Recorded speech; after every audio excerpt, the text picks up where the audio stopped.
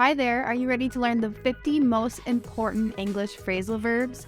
You'll find these English phrasal verbs in everyday conversation. All native speakers will know exactly what these mean, so it's very important that you study these today. If you want the list in a PDF form with the example sentences as well, go ahead and use the link below to get it emailed to your inbox. Now, let's get into it. To come up with. When you come up with something, you think of something new, a new idea.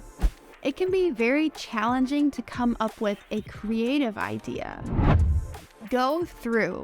When you go through something, or if you go through many things, you are examining them carefully. Whenever you lose your phone, you have to go through all of the items in your house, or if you lose your phone in your car, you have to go through your car to try to find your phone. Pick up. When you pick up something, you retrieve it. For example, my friend was going to loan me a dress to wear to a wedding, and I texted her that I would pick up the dress in the afternoon. I had to go to her house to retrieve the dress, to pick something up. To put off.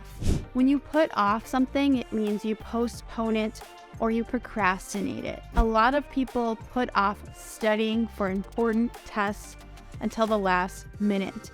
They procrastinate and they don't study until right before the test. They put it off. To look up.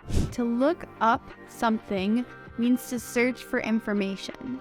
So if you are researching something, you probably need to use Google to look up facts and to look up information about your topic. A really common way we use this phrasal verb is if you don't know something and you want to know the answer, you'll say, I'm going to look it up right now.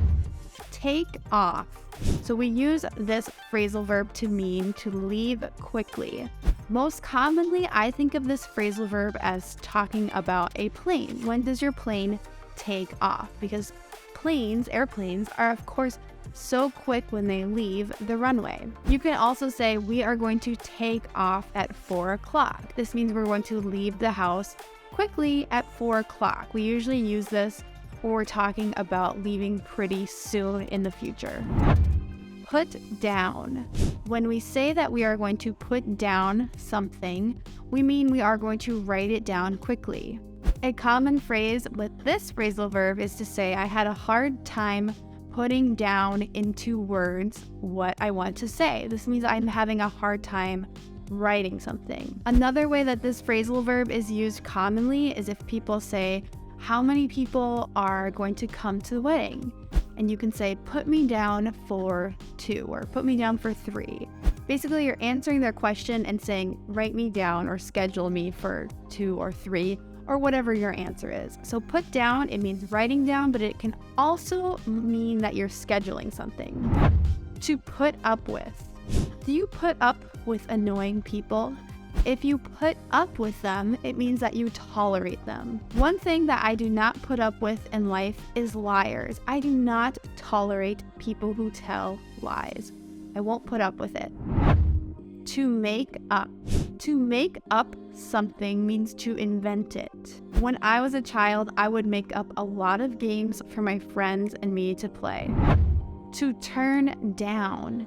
To turn down something or someone means to reject it or to reject the person. It can be really heartbreaking to be turned down from a job or to be turned down from an important opportunity that you had to apply for. If you are offered a job and you do not want to take the job, you can say, I'm going to turn down the job. This means I'm going to reject it. And this would not be considered rude to say, I will turn down the opportunity. To put aside. When you put something aside, it means you're saving it for later. So you remove it and you save it for later. A really common way that we use this phrasal verb is when we put aside money. We put aside money to save for later. If you're saving up to buy a car, when you get your paycheck, you'll put aside some money. Another way we can say this is to say set aside. It means the exact same thing. If you're saving some food for someone coming to your house later, you could say, I'm going to set aside this plate of food for our guest. To turn up. So if something or someone turns up, it means it arrives or appears unexpectedly. When you have something in your house turn up, it means it was something that was lost long ago and you suddenly find it even though you were not exactly searching for it. If you have a stray or lost cat or dog turn up to your house, it means you weren't looking for that animal, but they appeared at your house and now you need to find the owner because they just turned up. To get away with something. If you get away with something, it means you escaped a punishment even though you are guilty of a crime or guilty of a wrongdoing. Another common way this phrasal verb is used is when you want to say that you are going to try to do something that's not exactly the norm or not exactly common for most people, but you don't want people to notice. Let me give you an example. Do you think I can get away with wearing this outfit to the business meeting? In this example, I'm probably wearing an outfit that is more casual, so clothing that isn't exactly super professional or fancy, but do you think I can get away with it? Do you think it looks okay enough to wear? Another example is if you are cooking food for, let's say, 5 people, you could say, do you think I can get away with just making chicken and potatoes? This means, do you think there'll be enough food for these 5 people? Do you think I can get away with it? Or will there not be enough food? So you can talk about getting away with a crime or just getting away with something that's a little bit abnormal. To take in. If you take in something, it means that you're understanding it. You're kind of processing it in your mind. If somebody gives you some shocking information, something very surprising or very tragic, you might need a few extra minutes to take in the information and just kind of process it emotionally. Another common way this phrasal verb is used is if you want to say you're going to look at a beautiful view, typically of nature, but sometimes you could be in a city as well. You could say, I'm going to take in the view. This means I'm just going to look and appreciate what it looks like outside right now. To take over. When you take over something, it means you are assuming control or you're getting power over it. If the owner of a company dies, it's very common for their son or their daughter to take over the company. So to own the company now and control the entire company. If you want someone else to take some responsibility or to do a task for you that you're currently doing, you could say, do you want to take over with this? So on a long road trip, once in a while, if somebody needs a break, they could say, does anyone want to take over driving? To bring up. If you bring up something, it means you mention it. One thing in the United States that you should never bring up at a family dinner or any sort of dinner with people you don't know super well is politics. If you bring up politics, it can start a lot of arguments. So don't mention it. To take out. If you take out something, it means you remove it. You can also use this phrasal verb in the same way you would use get when you want someone to get something so that you can use it. So for instance, you could say, can you take out a pencil? I need a pencil to write with. To fill in. If you want someone to fill in something, it means you want them to complete it. A really common way this phrasal verb is used in the United States is if you need someone to fill in their name on a form. So fill in your information, please. This would be like a government document or a document at a medical office that you need information on. You're going to fill it in. To put on. When you are putting on clothes, it means you're going to wear the clothes. Another way that this phrasal verb is commonly used is if we say someone is putting on an act or putting on a character. This means that the person is acting not exactly like their normal personality. So if you're putting on an act, it might mean you're acting more friendly than usual. Or if you're putting on happiness, it can mean you're actually sad inside. You're just putting on an act like you're happy so that no one asks you why you're sad. To run out of. When you run out of something, it means you don't have anymore. You use it completely. In my house, I always try not to run out of toothpaste or toilet paper. Those are two very important things that you do not want to run out of. To take back. To take back something means to return it. You can say that you need to take back something that you borrowed from a friend. When I borrowed a dress from my friend, I had to take it back to her a week after. We can also use this phrasal verb when we're talking about returning an item to a store that we actually don't want to buy.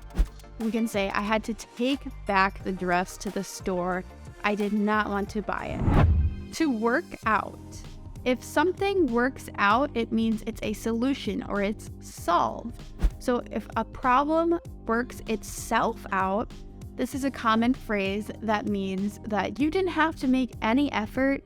Things just worked out. The problems were solved without anyone having to do anything bad. We can also use this phrasal verb to say that you need to solve a math problem. And typically when we say, can you work out this problem? It means you need to solve it on paper. To come across. When you come across something, it means you find it by chance. We usually talk about coming across information, or if you're just walking and you come across something interesting, it means you find or see something interesting without actually looking for it. In my everyday life, I come across so many interesting English phrases that I have to teach to my English students. To look after. When you look after something or someone, it means that you're taking care of it or you're taking care of the person. A lot of people in the United States will pay someone to look after their house and their pets when they go on vacation. This job is called a house sitter, and their job is to look after the house. To put together. When you put together something, it means you assemble it or you build it. If you've ever bought furniture from the store IKEA, the Swedish store, you have to put together all of the furniture. None of it comes assembled or already put together. You have to build it by yourself. I enjoy putting together furniture, but many people do not like it and find it very challenging. To put through. To put someone through something is the most common way that this phrasal verb is used. I'll give you the definition through these examples. When my students are taking an English test, they are put through a lot of stress. So it means they experience a lot of stress through the process of having to study and take a test. If you want to say to someone that you're sorry that you caused them stress or you caused them a lot of extra work, you can say, I'm so sorry to put you through that. It means I'm so sorry that you had to have this experience because of me. To hold on. Think of this phrasal verb like you're on the phone and someone asked you to hold. And in real life, we say, can you hold on? So on the telephone, if someone needs you to wait for a moment, they'll say, could you please hold? And in real life, conversation speaking, someone will say, can you hold on for a moment? A lot of times, if my children are interrupting me, I'll say, hold on, please. To look into something. If you look into something, it means you're investigating it. If you find a word in English that you're curious about the definition and you'd like to learn more about, you can say, I'm going to look into this word. This means you're going to investigate it and research it. Once I was shopping for cars and I would have a list of the different cars that I liked, and I would go home and look into them later. I would research if they were a good car, if they would meet my needs that I needed for a car. I had to look into it. To come back. To come back to something means to return to it. So oftentimes we'll tell people, come back and see me later. If you're at a party and you're talking to a friend, and your friend is going to talk to other people and you're going to talk to other people as well, you could say, make sure to come back to me and say hi again later. This would be a really common way to say, just return and let's talk again later, but for now we're going to go our separate ways. You can also come back to a topic of conversation. So if you're in a meeting or if you're talking in a more formal context, you could say, let's come back to this later. This means let's not talk about this now. Let's talk about it later. And you might say this if you're running out of time or you just need more information before you can have a good discussion about a topic. To carry on means to continue something. This phrasal verb is most commonly used when you interrupt someone on accident and you politely want to say that they should just continue talking. Don't worry about you as an interruption. You can say, carry on, please. To come up. If something comes up, it appears suddenly. So if you're watching TV and all of a sudden a monster is on the TV, you could say, all of a sudden a monster came up on the television. Or if something in a conversation comes up, it means it's mentioned. To work on. If you work on something, it means you focus on it. If you are trying to work on your English, it means you're very focused on your English. Or you could say, right now, I'm not really working on my English, but I'm trying to practice my French.